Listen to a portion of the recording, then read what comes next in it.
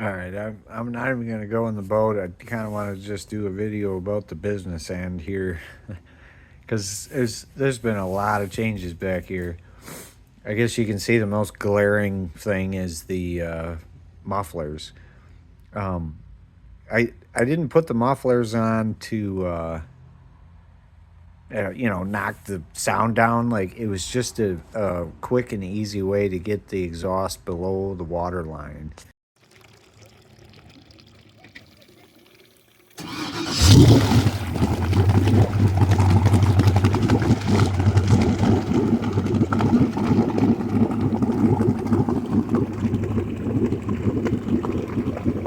At idle speed. So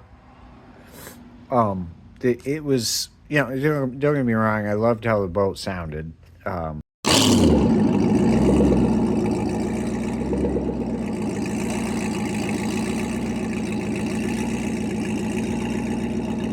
But it just, after 150 hours, it just got kind of tiring. You couldn't even have a conversation with the guy sitting next to you in the boat. It was so damn loud. You have a big boat, a big glass boat that's got through hulls on it. The the tailpipes are usually like shrouded. You got a fiberglass kind of shroud coming over the whole thing. So when you're up in the boat, it's not that loud. It's just noisy behind the boat. But this thing was just it it's just as loud back here as it was up in the especially you start to kind of get on it. Now you got water rolling up here as you're getting on plane. Like it would get even louder because it's bouncing the noise off of the water and back at you. So it's whisper quiet now at idle. You can pretty much just hear the belt on the front of the motor. So it's really nice. It's a lot more kid and wife friendly. You can actually talk to other people in the boat instead of everybody just sitting in there quietly. So yeah, here's the boat before the muffler install, towing this piece of shit boat that I was working on last summer.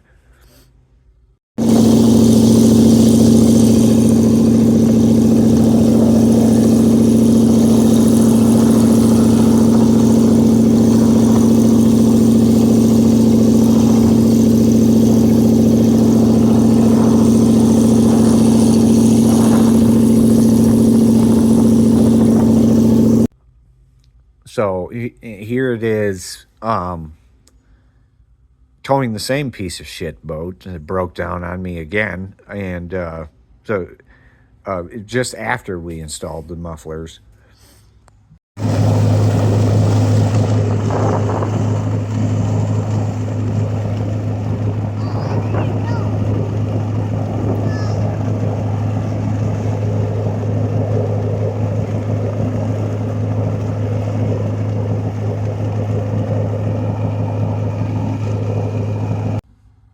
So I don't know. You can. It's yeah. It's really nice. I like them. And like I said, there's nothing to it. Just clamping them on there, and I was done.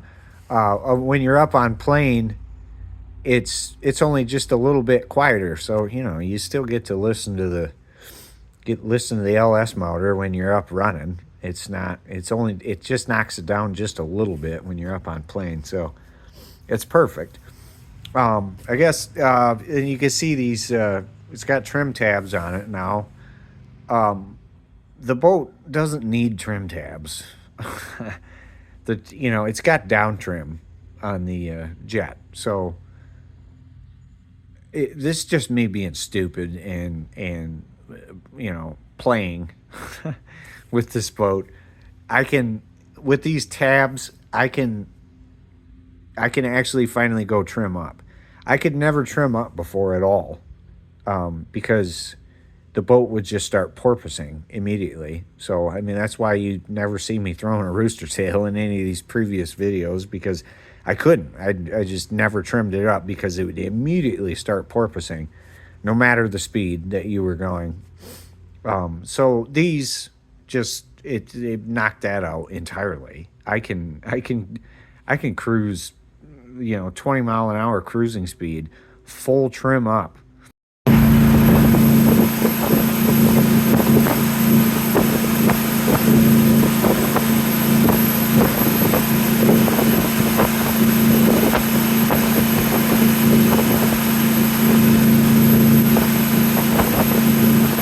So it's just fun. I always wanted to be able to throw a rooster tail in this boat. It wasn't super important to me, obviously. I couldn't do it for quite a few years, but so they got this company has different shocks and they're color coded. You see that little blue zip tie on there. So you got stiffer and softer little shock absorbers here, and these ones are maybe a little bit too aggressive. I started out with the least aggressive shock, and then went to these. I think I went up 2 steps. I should have gone up 1 step. So, and you can see you got some adjustment holes here. The closer you go to the transom, the less of an effect the tabs have. So I got one more hole I was gonna try, but yeah, these are just they're really really aggressive. At lower speeds, turning and stuff like that, the water is breaking way up on the front of the boat, so it's really driving the bow down. Which don't get me wrong, it's not a bad thing, because that also equates to you're lifting the stern, you're getting the stern out of the water. But like I said, it's just not necessary with the trim tabs. I can accomplish the same thing just trimming it down, and that's when I'm traveling up a really shallow river with it. That's what I would normally do. I would just run trim down. It pretty much levels the boat right out. It makes it a little bit harder to steer. It's easiest to steer when it's trimmed straight, which makes sense. But yeah, if you're really that there's only a foot of water or less underneath you. Like if you ran trim down, it was really nice. Like I said, it would just level the boat. So. And if you came up to an obstacle or like a log, even going all the way across the river right at water level, I found after, a few years of driving it, that as soon as you go, you're just coming over the log, all you got to do is jog the boat, just jog the wheel just a little bit and get it over on one of the sides of the V-hull. And then you just slide right over stuff like it's a sled, like it's a flat bottom. So it's really cool. Anytime you can see something in the water that you are going to hit, like just jog the wheel a little bit, and yeah, it's you. It almost seems like the boat is on like it's not traveling at the water line. It's almost like it has a layer of cavitation, like it's sort of floating on top of the water. Because I don't know how many times I come up to something like, yeah, we're gonna hit this, it's inevitable, but hopefully I can lessen the impact, in one way or another. But it turns out you just don't even hit it. You jog the wheel a little bit and you just slide right over something that was right at the water level and you don't even touch it. So was shocking to me that, because all these people were telling me, don't use a V-hull. You can't use a V-hull. Why would you use a deep V, And it turns out it was absolutely perfect for this jet, because the pump never, ever, ever loses prime. It never cavitates, ever. You could just doing crazy, wild maneuvers, heaving the boat back and forth at low speeds and trying to deliberately upset the jet drive, but it just never does. It constantly stays hooked up and stays primed. So I'm really, really glad I did a V-hull, and the V-hulls in this small of a boat are actually kind of hard to find. Most of them are warped hull, where it's a V at the front, but then it morphs into essentially a flat bottom at the transom. That's how a lot of these smaller runabouts were. So I was really glad that we actually found a true deep V, to build this with. But anyways, yeah. So the trim tabs are, again, they're just me having fun. It's cool. It's a jet boat. It should be able to throw a rooster tail, all right? So, okay, the nozzle here. There's been, yeah, I mean, obviously you can see this is still a work in progress, but there was a few different issues with this nozzle. So I don't know if you guys remember, but a long time ago, I had to have this aluminum plate up top here to knock the spray down coming out in between this connection here. It's like a ball in there that pivots, for your steering. It was hosing down everything, this was before I even had an engine cover, and it was just dousing the engine, spraying water everywhere back here. It was crazy, and I didn't understand why. Well, I took it apart, and the ball in here, where it engages into the bowl, there was no Teflon seal. There's no Teflon O-ring. And I knew there typically was an O-ring in there. Just going by my other boat, the old Cobra Jet, I bought a brand new place diverter for that, and it had this, Teflon seal in there. And there's just nothing. It was just an aluminum, So I kept asking around him, like, have you guys anybody ever seen a place diverter that didn't have a Teflon seal? And you just get a bunch of these stupid responses, and then people are like, you just got to put it in there. There's a groove in there. That's where you put it. I'm like, no, it's not. It doesn't even have the register to put a seal in there. So you can see I got a sticker on here that I put on it, place diverter, because I was under the impression this was a place diverter. I've only ever seen jet evaders and place diverters, and they look nothing alike, and they don't function anything alike either. A place diverter keeps the bowl like this, and then you steer here, and you trim just after. There's another ball immediately after where it goes up and down to trim. A jet evader, you take the bowl off and rotate it 90 degrees so your pins are going this way. That becomes the trim, and then the steering is moved onto the nozzle, so it's backwards from a place diverter or this thing, whatever the hell it is. So I kept asking, people, experts, I guess, in the field about this thing. First off, because it didn't have that Teflon seal. And the other big difference was, you can see that this is the original mounting point for this cable.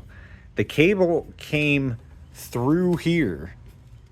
So the cable is facing this way, and then it ran the reverse bucket from this right here.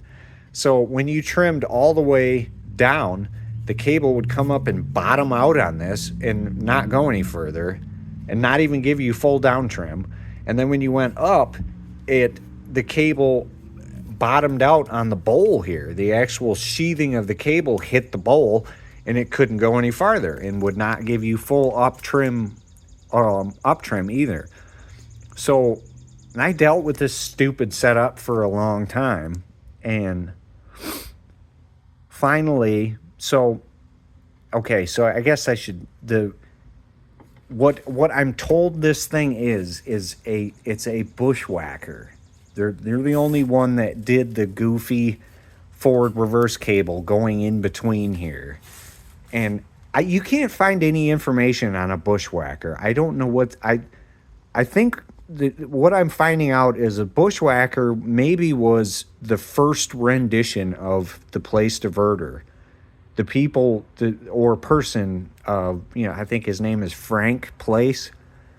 Maybe he built the bushwhacker first, and then started place diverter and actually started making legit place diverters, or I don't know, because so I took the other nozzle part on my other boat because I knew it was a brand new place diverter. Because I wanted to see, it looked like this ball piece that's in here looked like it would interchange. It looked so similar that it looked like I could literally interchange it. And it does. So even this, the way this bolts onto it on the other side, everything is all exactly the same. So I ordered a new one. This piece in here is a new one directly from Berkeley Jet Drive. And it has the Teflon seal on it now. And it's made for a place diverter, but it works with this bushwhacker or whatever the hell this thing is. So whatever, I guess. It fixed the problem. I don't got to have this stupid plate on top of it and keep answering that question. What's this for? Like, oh my God. So it's gone now. So then what I did, I've never actually tried this before. This is a thing that I guess, you know, over in California, these guys have been doing this for years. You take this right here and grind it back, like way back, and you can get a considerable amount more trim either way. And I got crazy with it. I cut, you can't tell now, but I cut a ton off of this. So this nozzle, I mean, I have a ridiculous amount of up trim. It throws a mean rooster. I did, like I said, I did all that just for the stupid rooster tail. So, but in order for me to be able to do any of this, like I said, I had to get that cable out of here because it was bottoming out and not allowing me to get, you know, any more trim. So that's where this thing came from. This is how a conventional place diverter is set up now. This is how they're made. They have something very similar. It's just made out of aluminum, but it literally looks just like this. I just made this, and I haven't painted it yet because I don't know if I'm still going to modify it, but it so far it works extremely well. It gets this cable, you know, up here just kind of right along with the next one, you know, and gets it out of being wedged. So it would come up in here and it'd have to make this hard turn and then another hard turn, you know, up into the transom. Like the cable was not going to last long. Now it's got this nice gradual, you know, right. And I just had to change, you know, I just drilled another hole in this down here in order to, you know, so it works well now. And I didn't have to buy a whole new, I thought I was going to have to get a whole new setup, but like I said, luckily this ball piece is interchangeable with this thing. So I don't know, if you're watching this and you know anything about bushwhacker diverters, like, please tell me, because I'm intrigued. It's very old. I do know that. It's extremely old. It's before place diverters. It's back when they were just kind of first coming out with Jetivators. I'm pretty sure this is 60s vintage. Mid-late 60s.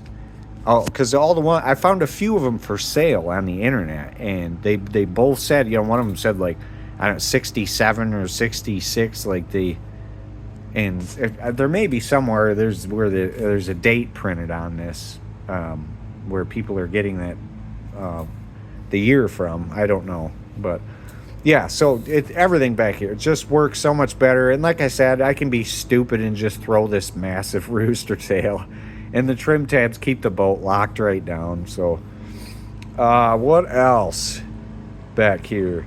So the side bunks. This boat, I don't know if you guys remember, but the boat didn't come on this trailer. I got this trailer after, and it's adjustable. It's adjustable bunk. You can see here's the mounts and there's the bunks. So I pretty much knew just looking at it. I'm like, that's perfect. I'll for sure be able to make that work. And it wasn't a roller. I did not want a roller. I want a bunk trailer. I want to be able to launch this boat, you know, backing the trailer down a bank, you know, like, the other thing, the nice thing about bunks is you can just undo the boat from the trailer completely undo the boat from the trailer, and then just back it down the ramp. So they just back into the water. I'm already sitting in the boat, and as soon as it hits the water, it fires up, backs off, and they turn around and go right back out. It makes launching it, man, super, super nice. So it was loading it where I was having a problem. I kept moving these bunks around. I move them this way, that way, and no matter what, every, 2-3 times the boat would sit on one of the bunks. These strakes going down would sit on top of the bunk, and wouldn't. So that's where these came from. The trailer had side bunks, but they were way down there, and they were not even close to the boat. They're clearly intended for, a totally different kind of hull. So we put these on, moved them way up, and I didn't want to get them too close because you can see the skin of the boat. I don't know if you can see that or not. It actually gets wider as it goes up. Just as it kind of starts to curve up and around the boat, it gets wider than right here. So I put them, you could see, I tried to put them absolutely as close as I could without making it so the boat physically couldn't even squeeze in between them, and it still don't work. Like, don't get me wrong, it helps. And it's still sitting. The last time we put it in the on the frickin' trailer, it did it to us again. So the side bunks up here are awesome. You can, if you're fighting current, trying to get the boat on the trailer, it's super nice. You can drive into these two side bunks just all kittywampus, and kind of sit on one and then just drive the boat around and you're on the trailer. So, but I think what I need to do, and like I said, it's still doing the sitting on a bunk down below. I could adjust those again maybe and move them out farther, but I think what I'm going to do is you can look down this chine, the factory chine there. That does not get wider as it goes up. That's perfectly straight with the boat as it goes. So I want to take this small side bunk and basically go all the way down to the bottom with a huge frickin' side bunk. And something that engages onto this chine, and have it, you could butt the side bunk right up to that and absolutely 100% force the boat to go right where I want it to go. So I think that's what I'm going to do. I never thought I would have to have so much engineering into these bunks to get the damn boat to go on the trailer. I want to be able to just power load it. I know you're not supposed to do that. They tell you not to anyways, but we're always using these rundown, grubby, shitty ramps, and I'm not, this isn't a prop. I'm not power loading a bass boat and tearing up all the soil on the backside of the ramp. That's why they tell you not to do that. It washes out the ramp. When I'm power loading this thing, I go full trim up because the boat is coming into the trailer not like that, and it doesn't come in like that at all. It's more like this. The trailer's at a way different angle. I trim it up because it helps the boat to kind of get angled and work its way up the trailer. So I'm not tearing anything up. I'm spraying water up into the air. I'm not messing up the ramp. So I don't know. You can give me a hard time about it if you want, but I love power loading because it makes loading the boat just as quick and easy as unloading the boat. The buddy hops off the front of the boat, pulls the truck in, and you just drive right up on the damn thing. And you, again, don't have to hook the boat up to the trailer. You just drive right back out. So, anything I can do to make the whole loading and unloading thing go easier, I'm trying to do, because I know I'm always talking about how I'm handicapped, but I don't know. It's the reason why I have to kind of over-engineer a lot of this kind of stuff. I need to make doing this type of shit really easy, you know? Like, I even want to, like, put steps going up to the boat somehow on this trailer. And I want to lower the trailer. The axle that's underneath this trailer is not adequate for the weight of this boat. I just keep greasing the hell out of it. Like, every time we go anywhere with it, I grease the hell out of the spindles. But the axle is smiling, you know. Like, I don't know if you know that, but a trailer axle is cambered. It's bent, you know, this way. So when it gets loaded up, then the axle straightens out. So if you're looking at the axle with the weight on it, and it's already bent this way, the axle is not adequate for the load. So I want to kind of overkill it and go to like a 6,000 pound axle. Like, just, you know what I mean? Just put the biggest damn axle you can, but then cut all that, you know, the fender out of there and use like a drop spindle, you know, axle that lowers this whole trailer down and makes it easier for me to get in and out of this thing, because it sucks. It's too high up in the air, and there's no reason for it to be that high up in the air. And you know, the lower that you can get your boat on the trailer, the less you got to back it down in the water to get it off the trailer, you know. So obviously you don't want to go too low with it, because like I just said, I want to be able to back this thing down a riverbank, you know, and if there's a spot that there's no ramp to get into a certain waterway. So yeah, obviously you like you said, you don't want to have it too low to where you're dragging the center of the trailer all the time, but it could be a hell of a lot lower than it is now, and it would be a lot nicer to get in and out of it. But all right, yeah, I'm gonna cut this off. Like I said, I just wanted to talk about all the changes back here. Maybe I'll do another video of hopping up in the boat and talk about all the stupid little gizmos I got going in there. The dashboard's getting real busy. It's starting to look like an airplane cockpit. Thanks, guys. All right.